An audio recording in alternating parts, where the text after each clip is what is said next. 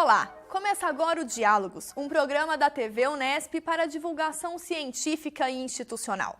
Aqui conhecemos pesquisas e avanços científicos do Brasil e do mundo. Esta edição é especial, com a participação de convidados do CELACOM, o colóquio internacional da Escola Latino-Americana de Comunicação, evento realizado pela Unesp em Bauru.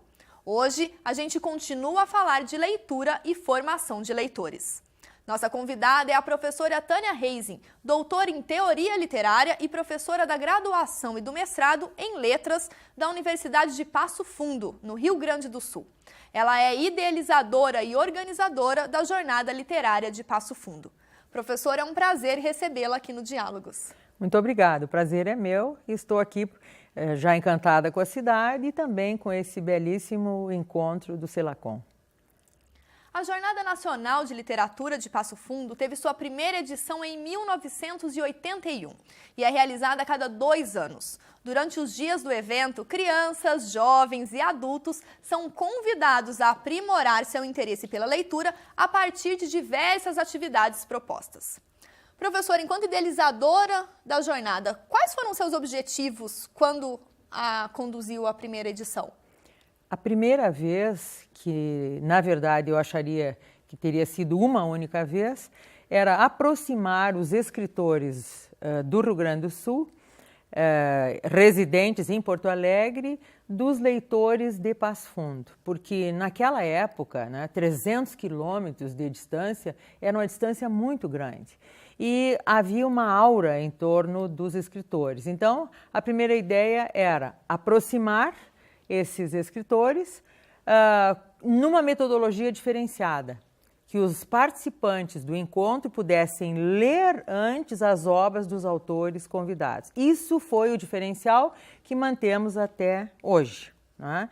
E com a companhia, a parceria de Josué Guimarães, um ilustre escritor gaúcho que morreu muito precocemente, em 86, nós fizemos os convites a 9 escritores gaúchos que foram a Passo Fundo. Conseguimos preparar 250 professores de diferentes áreas do conhecimento,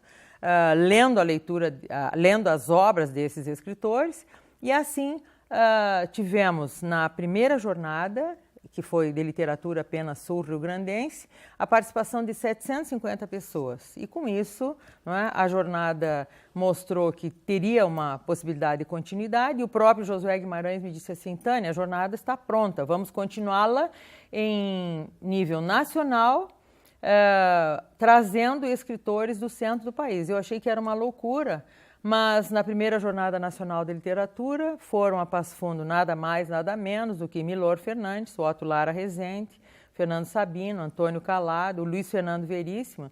Essas pessoas que, na verdade, nos ajudaram a sonhar e a bem sonhar as jornadas. E quais resultados a gente já tem nesses 30 anos de história?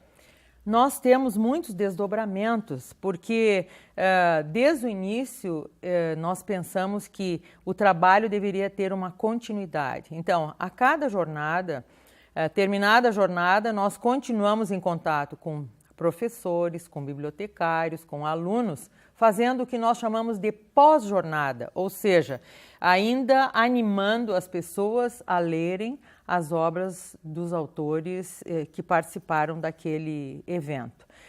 Além disso, nós criamos um centro de referência de literatura e multimeios, que é exatamente o local, junto à Biblioteca Central e que pertence ao curso de letras, um local multimedial, com diferentes acervos, portanto, para ser o espaço de criação de ideias, a nossa usina de ideias permanentes. Então, esse espaço, por exemplo, ele já tem 15 anos, e com isso nós estamos permanentemente desenvolvendo ações de ensino, de pesquisa e de extensão.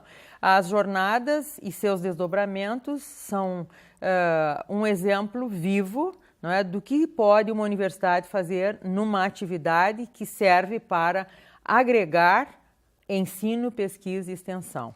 Entre os projetos da jornada, a gente tem um que chama Livro do Mês. O que é esse projeto? O Livro do Mês ele existe desde 2006, quando Passo Fundo, por força de lei federal, foi transformado em capital nacional de literatura, exatamente pelas jornadas, não é? Aí nós fizemos duas coisas. A cidade teria que mostrar fisicamente algo sobre as jornadas. Foi criado um largo da literatura, com uma árvore de letras, com um quiosque de leitura, depois com túneis de letras, onde adesivamos mensalmente textos de autores literários. Depois foi criado um segundo espaço, um segundo largo da literatura, com um quiosque de leitura em homenagem ao menino que faleceu precocemente e escreveu vários livros, que é o quiosque de leitura Roberto Pirovano Zanata, com mais 2 túneis de literatura brasileira.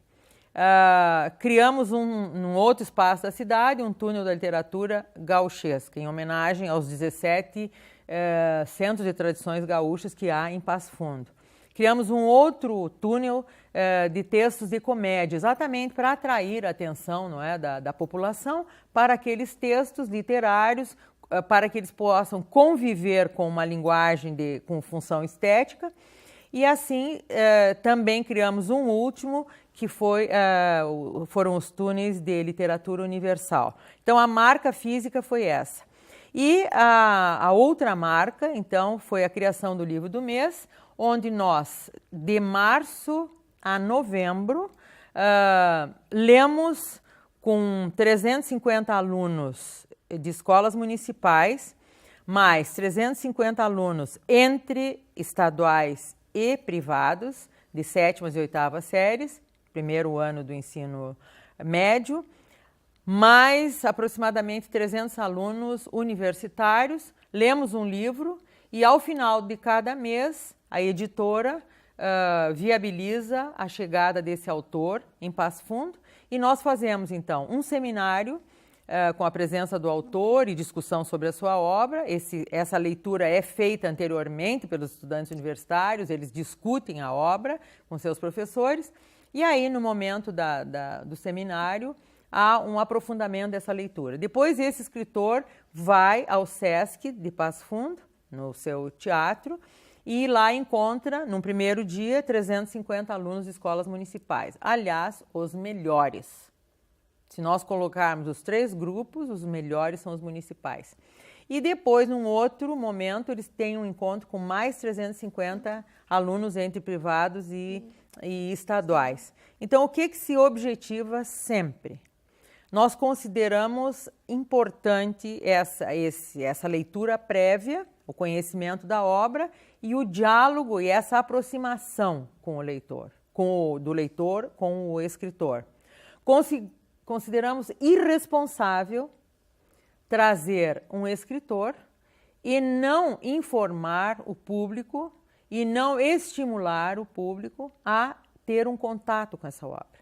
Então, o livro do mês já trouxe a Passo Fundo mais de 40 escritores e tem sido, a cada experiência, uma experiência muito significativa, não é? Porque isso vai criando essa dinâmica permanente de envolvimento com a leitura. Então, o livro do mês tem essa característica. Nós temos um outro desdobramento importante, que é a criação do programa Mundo da Leitura na TV, que passa no canal Futura 4 vezes por semana.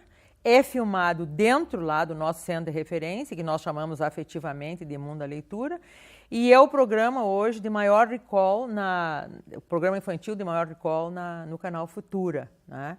E o âncora é um gato, né? E é um programa no formato de uma revista em que nós sintonizamos educação, cultura e tecnologia, porque essas questões nós entendemos que são as mais importantes hoje na formação do leitor.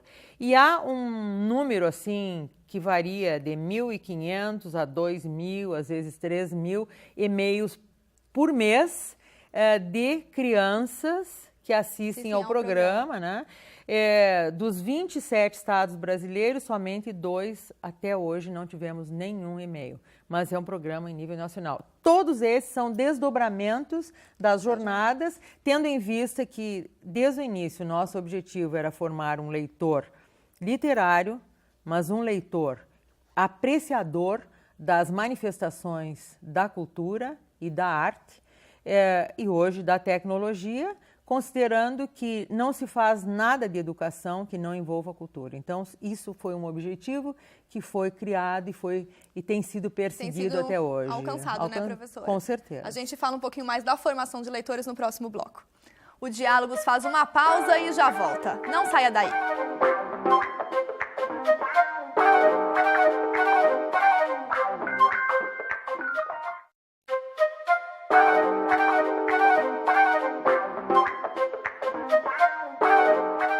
Voltamos e o nosso diálogo de hoje é com a professora Tânia Reising, da Universidade de Passo Fundo. O assunto do dia é a leitura e formação de leitores. A professora participou do colóquio internacional da Escola Latino-Americana de Comunicação, realizado pela Unesp em Bauru. Pesquisas revelam que os professores não possuem o hábito de ler e, por isso, não incentivam seus alunos, o que prejudica o aprendizado. E o problema não é apenas na rede básica de ensino. Muitos professores de universidade também não possuem esse hábito. Professora, por que nós temos um cenário tão complicado quando falamos em questão de leitura? As pessoas não se deixam influenciar por uma linguagem tão bonita, tão diferente como é a linguagem literária. Nós estamos em atmosfera de Selacon, onde se fala na linguagem comunicação, onde se usa essa linguagem, não é, nas mídias, nas redes sociais. Agora, os professores, sejam eles do ensino básico ou do ensino universitário, eles não estão disponíveis para receber essa linguagem que vai enriquecer o seu imaginário, vai ampliar o seu repertório vocabular, vai ampliar o seu repertório textual, vai ampliar o número de ideias e a sua sensibilidade. Então, o que acontece hoje é que exatamente essas pessoas são refratárias a esse tipo de texto e, com isso, elas estão tirando a possibilidade de falar sobre. Porque envolver-se com literatura não significa somente introjetar literatura, é preciso extrojetá-la, falar sobre. No momento em que você fala sobre, você é capaz de influenciar as pessoas. É uma vivência, né? Com certeza, você lê um texto e vê a maravilha que é aquela criação de um universo ficcional onde você se identifica com algumas situações, com algumas personagens, você vivencia outras, aquilo que no mundo real você não pode fazer. Então, é preciso mudar de atitude. A questão de envolvimento com a leitura hoje não é para mostrar mais que literatura é importante, todo mundo sabe. O que falta é atitude. Eu vou me envolver. E como isso está muito difícil entre os professores, não é? Eu trabalho há 41 anos na Universidade de Passo Fundo, trabalho sempre na ponta com os professores e nós estamos investindo nos jovens, nas crianças, nos jovens, dentro da Jornadinha Nacional da Literatura e dentro de um outro movimento que estamos chamando de Jornite. Como os jovens lá no Rio Grande do Sul, eles não vão para a balada, eles vão para a night. Então, eles vão para a Jornite. Então, é um grupo de jovens de 15 a 25 anos. O que nós queremos fazer com isso? Oportunizar a essas pessoas que possam vivenciar, não é, essa linguagem diferenciada, mostrando que, com isso, esse relacionamento que eles têm nas redes sociais, ele pode ser enriquecido. Porque a minha preocupação hoje, nas redes sociais, é com a superficialidade com que a linguagem é tratada, não existe uma leitura em profundidade nas questões que são propostas aí, e as pessoas usam as redes sociais para apenas banalidades. Não que as banalidades não façam parte do nosso cotidiano, mas nós podemos aproveitar esse envolvimento com essa tecnologia fantástica que existe para poder contribuir com a transformação das pessoas. Não é possível apenas nós estarmos trabalhando com linguagem codificada. Então, esse envolvimento dos professores, que é muito pequeno, ele precisa ser ampliado, porque o que está acontecendo? Os jovens que já estão no domínio das tecnologias, que já estão dominando a linguagem do cinema, da música, coisa que os professores não estão fazendo, eles estão num nível de conhecimento muito maior do que os professores. E aí fica um descompasso entre a ação do professor e a ação dos alunos. E isso precisa ser diminuído. E todas essas formas de expressão artística, o teatro, a música, a dança, tudo isso incentiva a leitura. A leitura existe do texto impresso, do texto na forma de hipertexto e todos os seus links possíveis e impossíveis que são criados. O envolvimento com uma pintura, não é? É uma leitura, porque eu preciso ter um conhecimento prévio do que representa aquele pintor, do estilo que ele representa. Por exemplo, ver o quadro As Meninas, do Velázquez, e ver o quadro As Meninas, do Picasso, eu preciso entender o que é a linguagem do Velázquez para depois entender a releitura feita pelo Picasso. É importante que a gente conheça a música e conheça o que é música para consumo na balada e o que é música de elevação interior, não é? Uma música mesmo popular, mas de qualidade. Então, é uma leitura também que se faz. As letras que se canta, é preciso entender e é preciso também não repetir coisas que nada tem a ver assim, com o crescimento da pessoa. Eu falei em dois consumos, né? O consumo do divertimento e o consumo do crescimento pessoal. Em termos de teatro, se as cidades têm dificuldade de assistir à apresentação de uma peça de teatro, há a possibilidade de você ler o texto teatral. Essa leitura pode ser feita tanto no livro, como há aplicativos para o iPad e que podem ser lidos como um livro eletrônico. Então, nada justifica que não se envolva. E nas danças, é preciso entender, não é? A natureza, né? O ritmo, o contexto em que isso foi criado para poder valorizar, inclusive na dança folclórica, lendo também a indumentária que é usada. Então, tudo é um processo de leitura. E as pessoas precisam estar dispostas assim, estamos vivendo o século XXI, mas quem tem esse privilégio tem esse compromisso. Todas essas manifestações artísticas e culturais, elas precisam ser apreciadas, entendidas, faladas, não é? Comentadas, e assim nós vamos formar públicos. É importante formar públicos. É possível, né, professora? Nós conseguimos fazer essa formação. O Diálogos faz uma pausa e já volta. Não saia daí.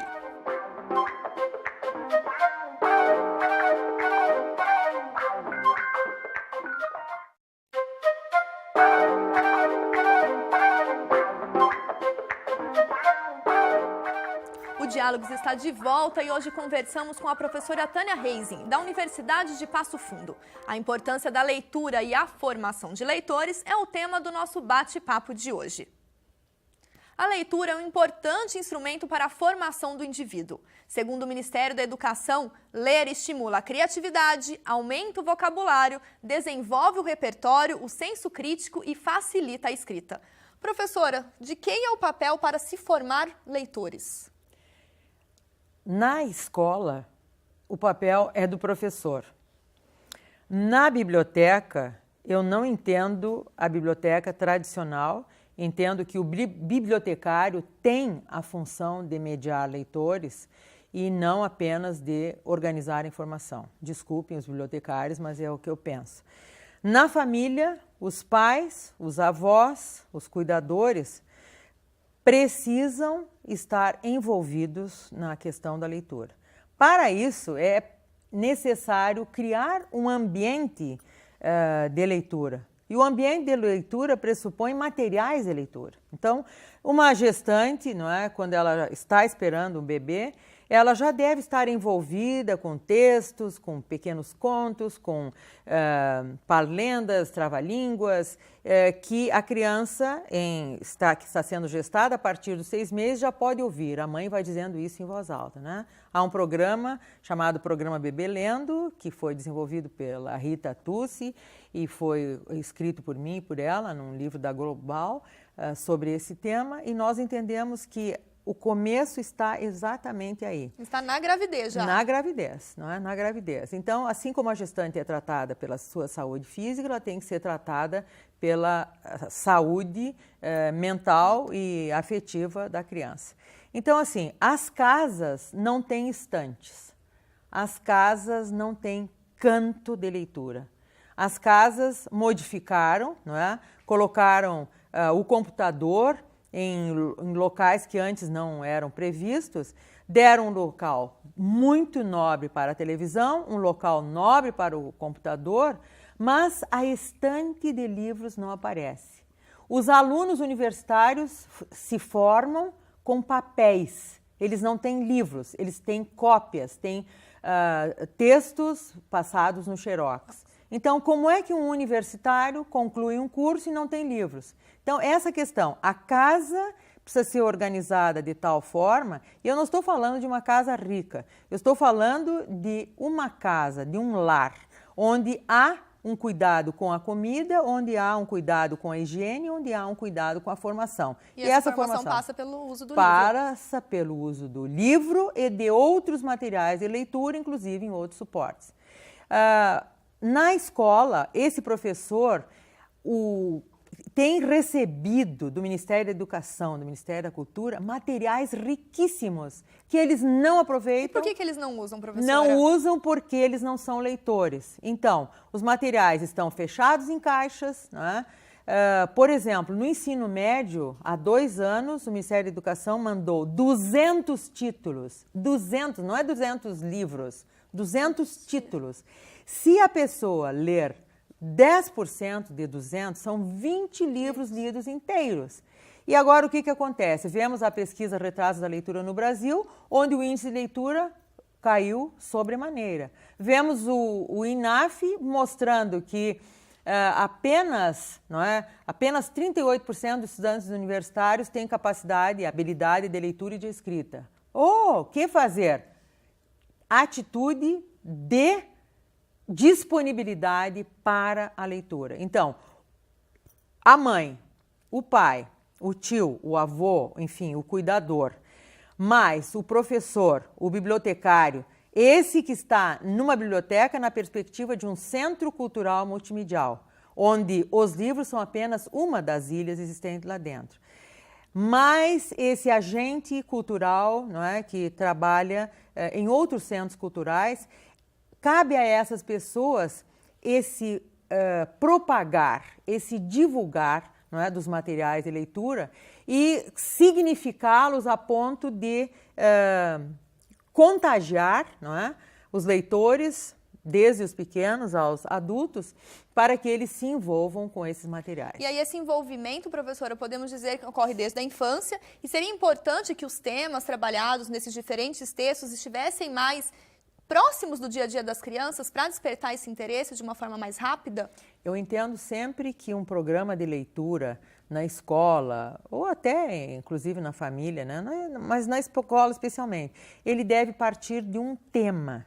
E esse tema sempre deve estar de acordo com a faixa etária, não é? Ou então um tema mais global, mas que sejam observadas as faixas etárias para se criar atividades de leitura multimediais e hipermediais. Então, usa o livro, usa o filme, usa a internet, usa a música, então usa o teatro, usa a marionete, usa as sombras, não é? Usa a pintura.